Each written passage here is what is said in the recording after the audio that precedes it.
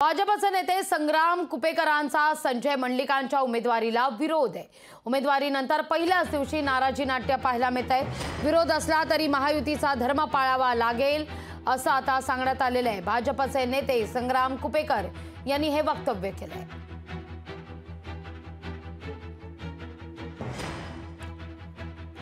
या सगळ्या संदर्भात कुपेकर यांच्याशी चर्चा केली आमचे प्रतिनिधी सतेज औंधकर यांनी।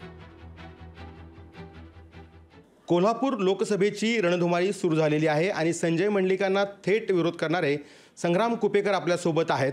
काय सांगाल? खरं तर गेल्या 8 दिवसापूर्वी तुम्ही थेट विरोध केला होता। आज त्यांच्या प्रचारार्थ जी एक बैठक झालेली आहे त्या बैठकीत तुम्ही स्टेजवरती पाहायला मिळाला। जरूर मी माझ्या भावना मागच्या 8 दिवसापूर्वी भारतीय जनता पार्टीच्या गडिंग्लज तालुक्याच्या पदाधिकाऱ्यांच्या समोर व्यक्त केल्या होत्या।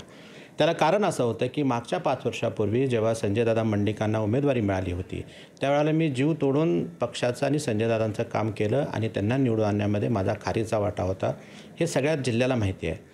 त्यानंतर संजय मंडलिकांनी आमच्याकडे बघितलं नाही आणि ती खंत मनामध्ये होती, कार्यकर्त्यांचा रोष मनामध्ये होता, म्हणून मी मागच्या 8 दिवसापूर्वी गडिंग्लज तालुक्याच्या पदाधिकाऱ्यांच्या बैठकीमध्ये ती व्यक्त केली। ही भावना माझीच नाही आहे, तर अख्ख्या गडिंग्लज आजरा चंदगड परिसरातल्या कार्यकर्त्यांची आहे। महायुतीच्या माध्यमातून आणि मोदी साहेबांना पंतप्रधान करण्यासाठी आपल्याला हे सगळं नाराजीचं नाट्य थोडा वेळ दूर ठेवावं लागेल।